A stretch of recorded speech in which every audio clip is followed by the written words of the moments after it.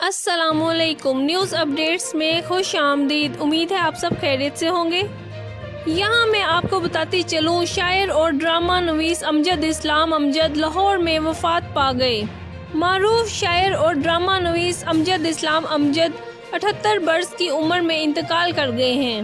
اور یہاں مزید میں آپ کو بتاتی چلوں کہ امجد اسلام امجد 1944 میں لاہور میں پیدا ہوئے، جن کا شمار پاکستان کے مشہور ادیبوں میں ہوتا تھا، اور وہ 20 سے زیادہ کتابوں کے مصنف تھے۔ پاکستان کے سرکاری ذرائع کے مطابق ان کے اہل خانہ کا کہنا ہے کہ وہ کچھ عرصے سے علیل تھے اور ان کا انتقال دل کا دورہ پڑنے سے ہوا۔ امجد اسلام امجد نے اپنے کیریئر کا آغاز شعبہ تدریس سے کیا اور پنجاب یونیورسٹی سے تعلیم مکمل کرنے کے بعد وہ لاہور کے MAO کالج کے شعبہ اردو سے منسلک رہے۔ 1975 میں پنجاب آرٹس کونسل کے قیام کے بعد امجد اسلام امجد کو اس ادارے کا ڈائریکٹر مقرر کیا گیا۔ اس کے علاوہ وہ پاکستان ٹیلی ویژن سے منسلک رہنے کے علاوہ چلڈرن کمپلیکس کے پروجیکٹ ڈائریکٹر بھی رہے۔ ان کا شمار پاکستان میں غزل اور نظم کے ایسے شعراء میں ہوتا تھا جن کی مقبولیت ملک کے علاوہ بیرون ملک بھی یکساں تھی۔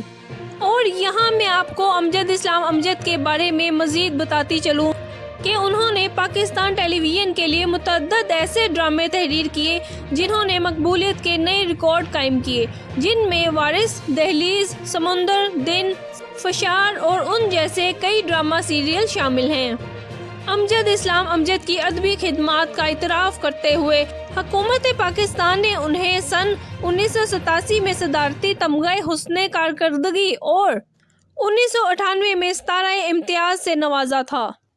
امجد اسلام امجد لاہور اور پاکستانی ادب کا چہرہ تھے، ایسا چہرہ جو پوری دنیا میں جانا پہچانا جاتا تھا۔ لوگ ان سے محبت کرتے تھے اور محبت ان کو صرف ملتی ہی نہیں تھی بلکہ وہ اس محبت کو بانٹتے بھی تھے۔ اور یہاں مزید میں آپ کو بتاتی چلوں کہ امجد اسلام امجد ہنرمند لوگوں کو پہچاننا اور پروموٹ کرنا وہ اپنا فرض سمجھتے تھے۔ سعود عثمانی نے بتایا کہ امجد صاحب سے میرا ذاتی تعلق کم و بیش 45 سال سے تھا۔ ان سے رشتہ داری تو بعد میں ہوئی، لیکن ادب میں سب سے زیادہ جس شخصیت نے مجھے خوش آمدید کہا اور پذیرائی دی وہ امجد اسلام امجد تھے۔ سعود عثمانی نے بتایا کہ خرابی صحت کے باوجود امجد اسلام امجد کی زندہ دلی اور شگفتگی ویسی ہی تھی۔ انہوں نے کہا کہ وہ ایک بہترین سفر کے ساتھی تھے، ہم ان سے جونیئر تھے لیکن وہ ہمارا برابری کی سطح پر خیال کرتے تھے۔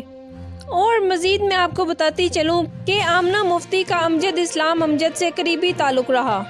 انہوں نے بتایا کہ امجد اسلام امجد کی بیٹی میری سہیلی تھی، لیکن امجد اسلام امجد صاحب کو میں نے کبھی انکل نہیں کہا کیونکہ ان کی لکھائی اتنی زندہ دل اور جوان تھی۔ امجد اسلام امجد کو عمر کے آخری حصے میں ذیابیطس ہو گئی تھی، لیکن ان کو میٹھا بہت پسند تھا اور ان کو جب کچھ کھلاتے تھے تو ان سے شاعری کی فرمائش بھی کرتے تھے اور وہ کہتے تھے کہ اب تم نے روٹی کھلائی ہے تو مزدوری تو لوگے۔